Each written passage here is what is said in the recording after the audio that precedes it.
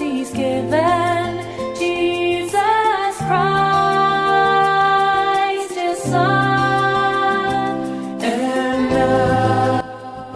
Shalom anak-anak ibu sekalian, selamat pagi dan salam sejahtera bagi kita semua. Kembali kita berjumpa dalam ibadah kita pada pagi hari ini. Ibu harap semua anak ibu bisa dan dapat mengikutinya dengan baik. Sebelum kita mulai ibadah kita saat teduh sejenak.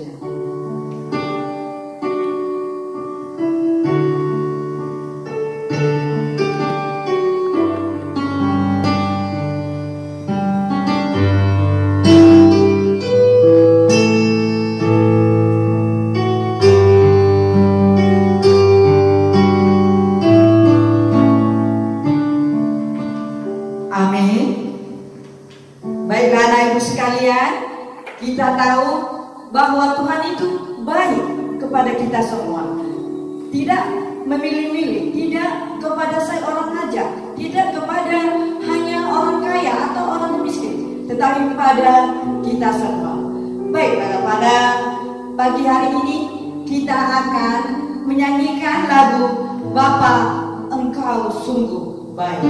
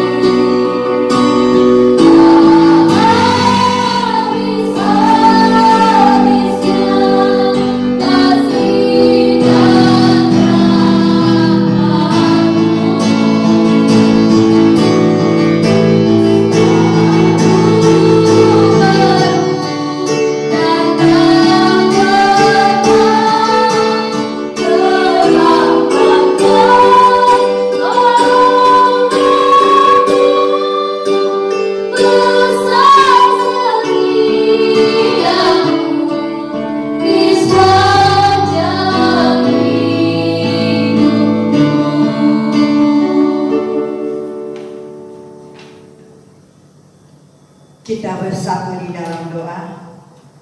Allah Bapa yang bertahta di kerajaan surga, sungguh besar kasih setiamu kepada kami Tuhan, pribadi lepas pribadi, di mana pada pagi hari ini kami kembali memuji dan memuliakan nama-Mu. Tuhan, kiranya Engkau hadir di tengah-tengah ibadah kami ini, agar ibadah kami ini bermakna bagi kami semua dan dapat kami lakukan dalam kehidupan kami sehari-hari. Terima kasih Bapa, kami serahkan kehidupan kami hanya ke dalam tangan pimpinan-Mu. Amin. Anak-anak ibu sekalian, kita tahu bahwa setiap hidup kita penuh dengan sukacita. Untuk itu kita perlu bersorak-sorai selalu di dalam memuji Tuhan. Mari kita sambut pujian kita yang kedua, yaitu Haleluya, sorak hosana.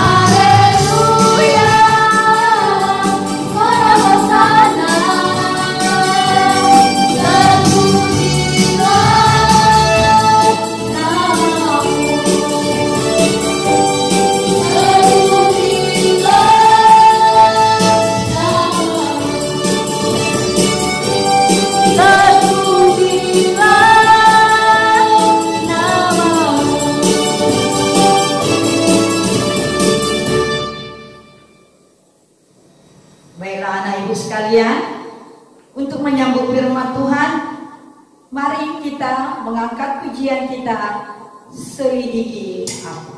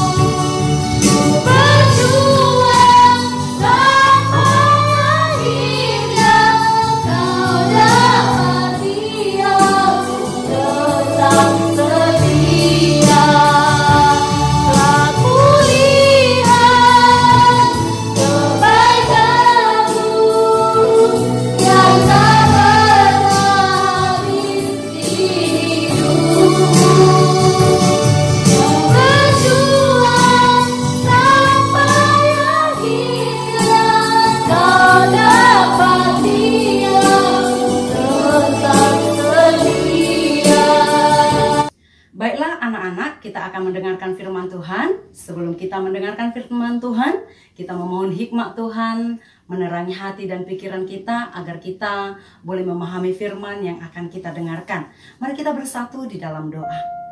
Tuhan Yesus yang baik, kami sudah memuji Tuhan dengan suara kami. Saat ini kami akan mempergunakan telinga kami, pikiran kami untuk mendengarkan firman-Mu. Bimbing kami Tuhan dengan kuasa Roh Kudus-Mu agar kami mengerti kebenaran firman-Mu. Dalam nama Yesus kami berdoa. Amin.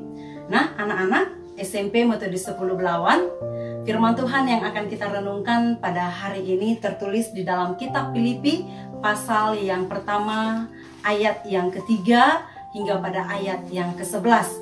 Agak lumayan panjang pembacaannya, tetapi semuanya akan kita baca. Demikian bunyi firman Tuhan. Aku mengucap syukur kepada Allahku setiap kali aku mengingat kamu dan setiap kali aku berdoa untuk kamu semua. Aku selalu berdoa dengan sukacita. Aku mengucap syukur kepada Allahku karena persekutuanmu dalam berita Injil, mulai dari hari pertama sampai sekarang ini. Akan hal ini aku yakin sepenuhnya, yaitu Ia yang memulai pekerjaan yang baik di antara kamu akan meneruskannya sampai pada akhirnya pada hari Kristus Yesus. Memang sudahlah sepatutnya aku berpikir demikian akan kamu semua, sebab kamu ada di dalam hatiku, oleh karena kamu semua turut mendapat bagian dalam kasih karunia yang diberikan kepadaku, baik pada waktu aku dipenjarakan maupun pada waktu aku membela dan meneguhkan berita Injil. Sebab Allah adalah saksiku betapa aku dengan kasih mesra Kristus Yesus merindukan kamu sekalian. Dan inilah doaku, semoga kasihmu makin melimpah dalam pengetahuan yang benar dan dalam segala macam pengertian, sehingga kamu dapat memilih apa yang baik, supaya kamu suci dan tak bercacat menjelang hari Kristus, penuh dengan buah kebenaran yang dikerjakan oleh Yesus Kristus untuk memuliakan dan memuji Allah. Nah, demikian pembacaan firman Tuhan. Nah, anak-anak remaja SMP Metode 10 Belawan, Miss mau bertanya kepada kalian, di usia kalian yang remaja pada saat ini, kira-kira siapa yang kamu rindukan setiap hari? Kira-kira siapa yang bisa membuatmu setiap hari tersenyum, bahagia, kamu ketika mengingatnya, kamu langsung berdoa dan bersuka cita? Miss berharap orang tersebut bukanlah kekasih atau pacarmu, sebab di masa usiamu yang remaja pada saat ini belumlah waktunya untuk berpacaran, tetapi waktunya menuntut ilmu, belajar dengan sungguh-sungguh, dan juga kamu boleh meraih cita-citamu sampai benar-benar kamu menggapainya nanti. Nah, anak-anak SMP Metode 10 Belawan, hari ini kita mau berkenalan dengan jemaat yang ada di Filipi, ya. Jemaat yang ada di Filipi. Filipi itu adalah sebuah daerah yang ada di Makedonia. Anak-anak bisa membuka peta, memperhatikan Makedonia itu di mana. Tentunya adalah di bagian Eropa. Nah, anak-anak, Filipi ini adalah tempat pertama Paulus dan Silas memberitakan firman Tuhan. Hal ini bisa kita saksikan penjelasannya di dalam kitab Kisah Para Rasul 16. Ya, pada waktu itu Silas, Paulus, mereka masuk ke dalam rumah ibadah Yahudi. Mereka memberitakan firman Tuhan, memberitakan Injil di sana. Dan ada satu keluarga yang menerima Injil tersebut yang bernama Lydia bersama anggota keluarganya. Lydia ini adalah sebuah pengusaha kain ungu. Dan akhirnya mereka percaya, memberi diri, dibaptis. Nah, anak-anak, ketika Rasul Paulus memberitakan firman Tuhan di Filipi, apalagi setelah ada yang percaya, ternyata banyak orang yang tidak menyukai. Hingga pada akhirnya Rasul Paulus ini dipenjarakan. Sungguh aneh, tidak mencuri, tidak membunuh, tidak memfitnah, tapi mereka ditangkap, dipenjarakan, bak mereka seperti orang yang melakukan dosa, padahal tidak. Tetapi anak-anak yang terkasih, ketika mereka berada di dalam penjara, mereka tetap meyakini kalau Tuhan Yesus akan tetap bersama mereka, menyertai mereka, sehingga tidak ada rasa ketakutan di dalam diri mereka. Di dalam penjara tersebut mereka tetap bernyanyi-nyanyi, memuji dan mempermuliakan Tuhan. Mereka berdoa dan bahkan yang ada di penjara itu mendengarkan suara mereka. Dan seketika gempa bumi datang ketika mereka bernyanyi memuji Tuhan. Sampai sendi-sendi penjara itu goyah dan pintu-pintu besi, pintu secara keseluruhan terbuka serta rantai mereka juga lepas. Sungguh luar biasa kuasa doa, sungguh luar biasa kuasa pujian anak-anak. Dan seketika itu anak-anak, secara singkat di dalam kitab Kisah Para Rasul 16 itu dikatakan bahwa kepala penjara tiba-tiba ketakutan.